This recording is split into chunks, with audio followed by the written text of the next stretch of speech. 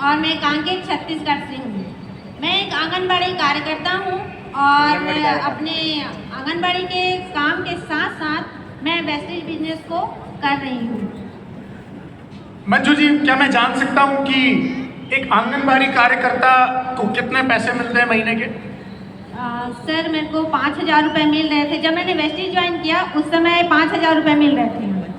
तेलुगु में एक बार। మేడం వచ్చేసి మంజు మేడం పేరు ఛత్తీస్గఢ్ కాంకేర్ అనే ప్లేస్ నుంచి మేడం రావడం జరిగింది.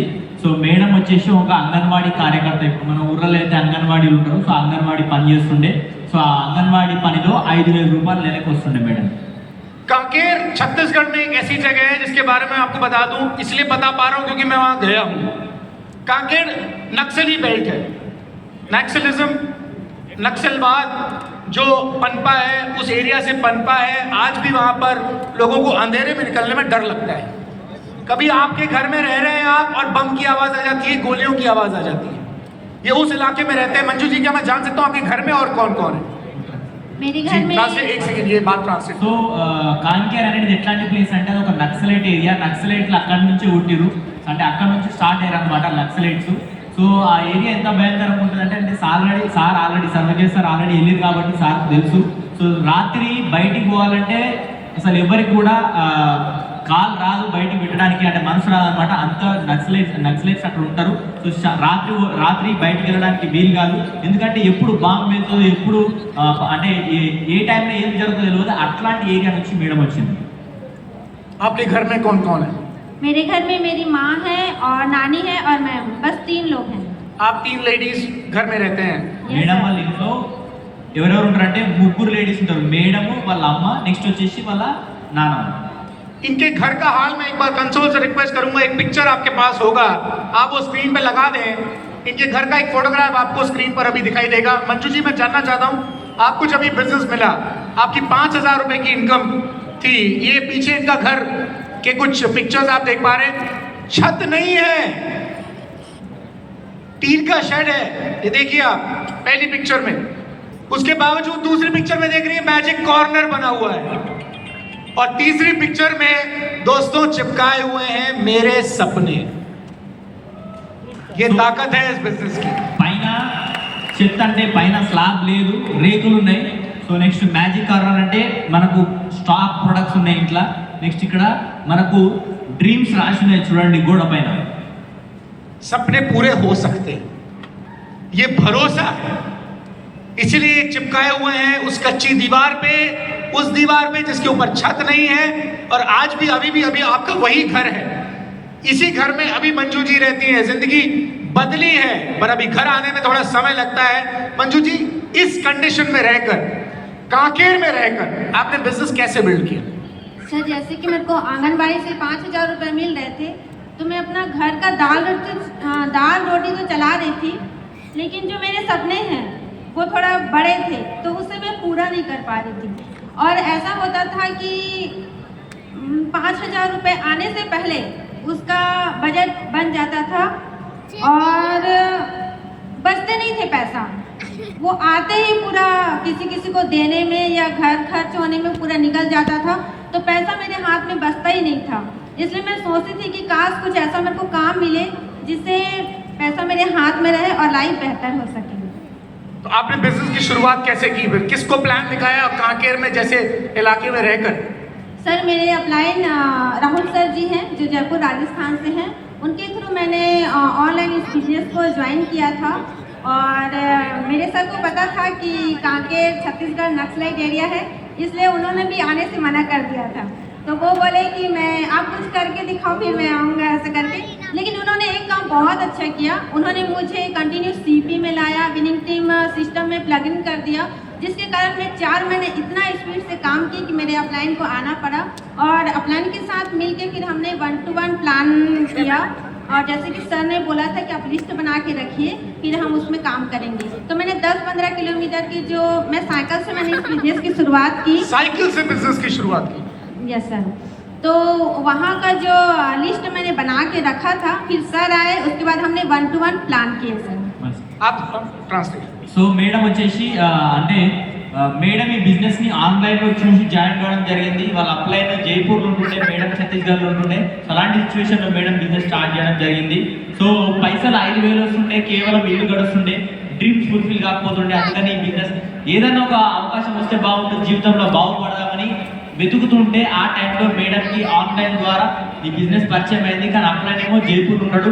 సో అప్లైన్ కూడా తెలుసు ఇది నక్సలైట్ ఏరియా అని. సో అందుకని అప్లైన్ ఏం చెప్పిందంటే, నువ్వు ఏదైనా చేసి చూపిస్తేనే మేము మీకు మీ దగ్గర రాగలుగుతాం సో అని చెప్పిండు. దాని తర్వాత నేను పని చేయడం స్పీడ్గా చేయడం వల్ల అప్లైన్ మా దగ్గరికి రావాల్సి వచ్చింది. సో అప్లైన్ లిస్ట్ చేయమని చెప్పిండు. లిస్ట్ చేయడం అని చెప్పడం ద్వారా లిస్ట్ చేసిన తర్వాత ప్లాన్స్ కూడా అప్లైన్స్ ద్వారా చేయడం జరిగింది. मैं आपको बता दूं यहाँ एक मिनट ఈమె ఈమె ఏమన్నదంటే అన్నిటికంటే మంచి పని అప్లైన్ ఏం చేసిండంటే నన్ను సిస్టంలో కనెక్ట్ చేసిండు. ఆ సిస్టంలో కనెక్ట్ చేయడం వల్ల నేను పని స్పీడ్ చేసుకుంటూ పోయినా, రెగ్యులర్ సిఇపిలో ఉన్నా, జూమ్లో ఉన్నా. ఇది ఒక మిస్టేక్. मैं आपको बता दूं एक पॉइंट जो हाईलाइट करने जैसा है, डाउनलाइन को प्रूव करना पड़ता है कि अपलाइन उसकी मदद क्यों करे. डाउनलाइन इस प्रतीक्षा में नहीं बैठा रह सकता. अपलाइन आएगा वो चलाएगा बिजनेस, नहीं बिजनेस आप चलाएं, अपलाइन आएगा उसको गति देने के लिए, उसको धक्का मारने के लिए, उसको और स्पीड देने के लिए. अपलाइन का काम वो है. మెయిన్ పాయింట్ ఇక్కడ ఏంటంటే చాలా మంది అనుకుంటారు అప్లైన్ వస్తే నేను పని చేస్తా అని. కానీ అట్లా కాదు చేయాల్సింది. అప్లైన్ డౌన్ లైన్ ప్రూవ్ చేసుకోవాలా, ఎందుకు నీతోని మీ అప్లైన్ పని చేయాలని. సో చాలా మంది అనుకుంటారు అప్లైన్ వచ్చి నా బిజినెస్ నడిపిస్తాడు. కాదు, నువ్వు ప్రూవ్ చేసుకున్న తర్వాత ఏదైతే సిచ్యువేషన్ ఉందో అక్కడ నుంచి ఇంకా స్పీడ్ గా ముందుకు వెళ్ళడానికి నీ అప్లైన్ హెల్ప్ చేస్తాడని చెప్పి. मंजू जी, साइकिल पे आप जाते थे, यस सर. कैसे बिजनेस बिल्ड करते थे? सामान रख के जाते थे, फिर भूख भी लगती थी, क्या होता था? जी सर, जैसे कि मेरे पीछे साइड मैंने एक कार्टून रखती थी, वहाँ पे पूरा प्रोडक्ट, और जैसे साइकिल के सामने जो जाली रहती थी वहाँ मैं राइस ऑयल वगैरह रखती थी. फिर एक हैंडल पे एक और कैरी बैग, एक हैंडल पे और कैरी बैग. अब फिर 10-15 किलोमीटर जाना है तो सारा सामान लेके जाना है. तो ऐसे ऐसे जाती थी. तो मेरे अपलाइन बोले थे कि जैसे आपका आंगनबाड़ी ख़त्म मतलब छूटता है, जैसे 9:30 से 3:30 है मेरा स्कूल, तो 3:30 बजे के बाद आप घर नहीं जाओगे. 3:30 बजे के बाद आप वहीं से ही अपना फील्ड में निकल जाना है, क्योंकि आते तक लेट हो जाएगा ऐसा करके. और मेरे को रास्ते में भूख लगती थी तो मैं बेर खाती थी, क्योंकि खाने का टाइम तो नहीं रहता था. तो मैं बेर खा के उधर जाती थी और पूरा मीटिंग वगैरह निपटा के आती थी. कभी कभी ऐसा होता था कि मेरा साइकिल पंचर हो जाती थी और मेरे हाथ में 10 रुपए नहीं रहता था कि मैं अपना साइकिल का पंचर बना सकूं. तो मैं पैदल ही आती थी वहाँ से. సో నేను సైకిల్ మీద బిజినెస్ బిల్డ్ చేయడం జరిగింది. సైకిల్ ఉంటుందా, సైకిల్ మీద బిజినెస్ బిల్డ్ చేయడం జరిగింది. ఆ సైకిల్ ఎట్లాంటిదంటే లేడీస్కి కొన్ని ఇంత ముందుకు స్పెషల్గా సైకిల్స్ వస్తుండే, దానికి ముందట బుట్టి ఉంటుండే. సో ఆ బుట్టిలా ముందట టిఫిన్ పెట్టుకొని వెనకాల కాటన్ పెట్టుకొని 15 కిలోమీటర్లు 20 కిలోమీటర్లు అట్లా మేడం సైకిల్ మీద పోయి ప్లాన్లు చేస్తుండే. మధ్యలో ఆకలి అవుతుండే, అయినా కానీ బియర్స్ తినుకుంటూ రెయిన్ పండ్లు ఉంటాయి కదా మనకు చలికాలం వస్తాయి, అవి అంటే ఆ రెయిన్ వాళ్ళు తినుకుంటూ మేడము చేస్తుండే. వాళ్ళు అప్లైన్ ఒక మాట చెప్పింది ఏంటంటే, నీకు 9 గంటల నుంచి 3:30 వరకు నీ అంగన్వాడీ ఉంటుంది కదా, దాని తర్వాత నువ్వు ఇంటికి పోవద్దు. ఇంటికి పో, ఎందుకంటే ఇంటికి పోయింది అనుకుంటే మళ్ళీ నీ టైం అంతా వేస్ట్ అవుతుంది. సో అక్కడ నుంచి నువ్వు డైరెక్ట్ ప్లాన్స్కి వెళ్ళాలని చెప్పడం వల్ల మేడం అట్లనే పోతుండే. ఒక్కొక్కసారి సైకిల్ కదా ఖచ్చితంగా పంచర్ అవుతుంది, బండి కాదు అంటే ఎప్పుడో ఒకసారి పంచర్ కావడానికి. సైకిల్ కాబట్టి పంచర్ అవుతుంది కాబట్టి మేడం దగ్గర 10 రూపాయలు ఉండకపోతుండే ఆ పంచర్ వేయించుకోవడానికి. సో అట్లాంటి సిచ్యువేషన్లో ఎక్కడైతే పంచర్ అయిందో అక్కడ నుంచి మళ్ళీ ఇంటికి నడుచుకుంటూ వచ్చేటి పైసలు లేకపోవడం వల్ల. मैं आपको बता दूं कि हमारे चीफ मिनिस्टर एसपी बादल जी जब रायपुर गए तो उन्होंने वहां पर कहा कि छत्तीसगढ़ से जो क्राउन जाएगा अब पहला, मैं उसके घर आऊंगा. और मंजू जी ने ये बात पकड़ ली, मंजू जी ने वो बात पकड़ ली, ये क्राउन चली गई. घर पे आके जब आपने ये बात बताई तो क्या रिस्पॉन्स दिया आपकी माँ ने और आपकी नानी ने? मैंने रायपुर से आके मैं नानी और माँ को बोल रही थी कि सर जी ने ये बोला है कि जो कोई भी कांकेर से पहला ग्राउंड जाएगा मैं उनके घर आऊँगा, उनके घर बैठूंगा, खाना खाऊंगा, ऐसे करके. तो मेरी नानी डर गई और ऐसे बोल रही थी, हमारा छोटा सा घर है, यहाँ मत बुलाना, क्योंकि उतने बड़े सर हमारे घर कहाँ आएंगे ऐसे करके, हमारा घर तो ऐसे गिर रहा है, मिट्टी का है।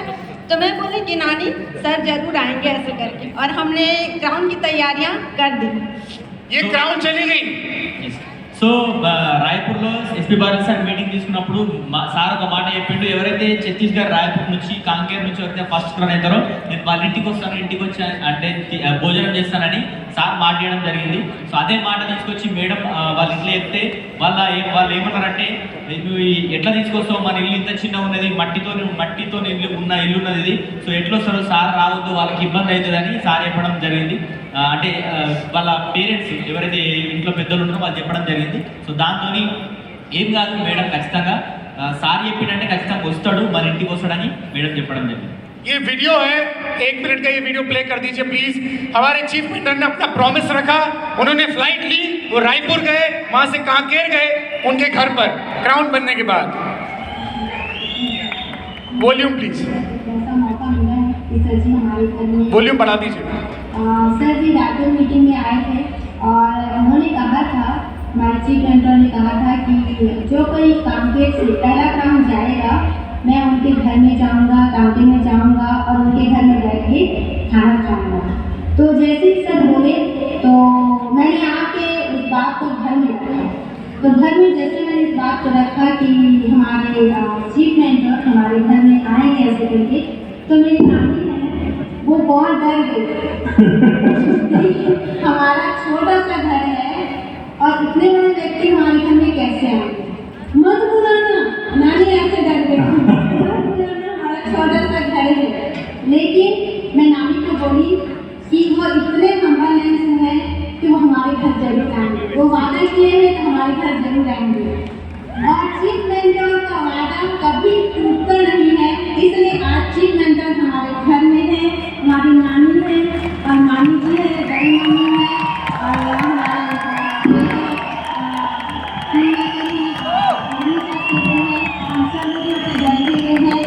आपको पता है मंजू के फादर नहीं है, अकेली माँ है और नानी है और पूरी घर की जिम्मेदारी मंजू की है। और सबसे बड़ी ये बात बता दें मैं बात और मंजू ने पिछले 11 महीने से उनका पैर एक्सीडेंट हुआ, तब से मंजू चल फिर नहीं पा रही है, ड्यूटी भी नहीं जा पा रही है, पर कंटिन्यू 11 महीने से कंटिन्यू इनकम आ रही है इनके घर में और अपनी सैलरी से 6-7 गुना ज्यादा इनकम दे दी। ये अपने आप में एक मिसाल है कि सारे काम खत्म हो गए, जाओ काम पे।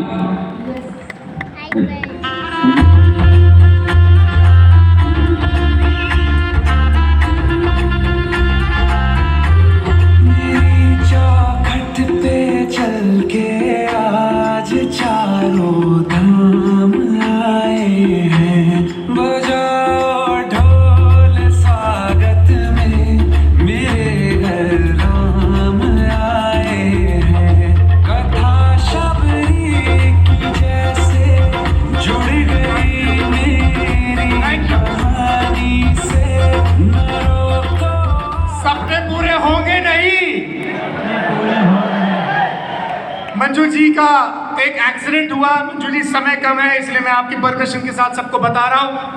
पैर में चोट लग गई, अभी भी इनके हाथ में एक स्टिक है, उस स्टिक के सहारे ये चल रही हैं, आई है यहाँ तक। 2 फैमिली रियूनियन अटेंड किए, बहाना नहीं मारा। दिल्ली भी आई थी, यहाँ तक आई है। और इनके अपलाइन कोमल निषाद जी यहाँ पर हैं, वो दिल्ली में भी थे, जो आपने को वीडियो में देखा यहाँ पर, वो यूसीडी है, पूरी मदद उनकी है इनको। आज मंजू जी 5,000 रुपए कमाने वाली, आज क्राउन बनकर 65,000 रुपए का हाईएस्ट चेक है प्रेस्टीज से। और पैर में क्या लगी, एक्सीडेंट क्या हुआ, इन्होंने कहा कोई बात नहीं, हम ऑनलाइन बिजनेस करेंगे। और घर में बोर्ड लगा लिया, जूम पे प्लान दिखाना शुरू कर दिया, सोशल मीडिया से प्रोस्पेक्टिंग करनी शुरू कर दी और आज भी बिजनेस चल रहा है। Right Manju ji, thank you so much. मैं आप ट्रांसलेट करिए, तब तक माइक प्लीज आप रेणुका जी को पास कर दीजिए। సో మేడం వచ్చేసి ఈ బిజినెస్ని స్పీడ్గా చేయడం ఎంత స్పీడ్గా చేసిందంటే అంటే సార్ కూడా రావడం జరిగింది. సార్ ఎస్పీ బాలన్ సార్ అన్న మాట ప్రకారం స్పీడ్గా ఎవరైతే బిజినెస్ చేసిరో సార్ రాయపూర్ నుంచి వాళ్ళ ఇంటికి కూడా వెళ్ళడం జరిగింది. సో అంటే అంత స్పీడ్గా బిజినెస్ చేయడం వల్ల సాధ్యమైంది. ఇంకొక విషయం ఏంటంటే మేడంకి కాలు అంటే యాక్సిడెంట్ అయింది, యాక్సిడెంట్ అయినప్పటికీ కూడా ఈ బిజినెస్ ద్వారా బిజినెస్ ఎక్కడ కూడా పక్కకు పెట్టలేదు, స్పీడ్గా బిజినెస్ చేసింది. మేడంకి 5,000 రూపాయలు ఇన్కమ్ వస్తుండే, కానీ ఈరోజు 50 నుంచి 60,000 మధ్య ఇన్కమ్ వస్తున్నది ప్రతి నెల మేడంకి. సో దాన్ని అక్కడ అంగన్వాడీలో చేసిన దానికన్నా 10 రెట్లు ఎక్కువ ఇన్కమ్ వస్తున్నది. సో అది సెక్యూరిటీ ఇన్కమ్, ఇది మన బిజినెస్ ద్వారా. సో ఇంకొక పాయింట్ ఏంటంటే యాక్సిడెంట్ అయిన తర్వాత ఆమె బిజినెస్ పక్కా పెట్టకుండా ఇంట్లో బోర్డు పెట్టేసి జూమ్లో ఆన్లైన్ మీటింగ్ స్టార్ట్ చేసేసింది. ऑनलाइन प्रॉस्पेक्टिंग, सोशल मीडिया द्वारा प्रॉस्पेक्टिंग ये बिजनेस स्टार्ट है। रेणुका जी, समय बहुत कम बचा है, आपको पता है।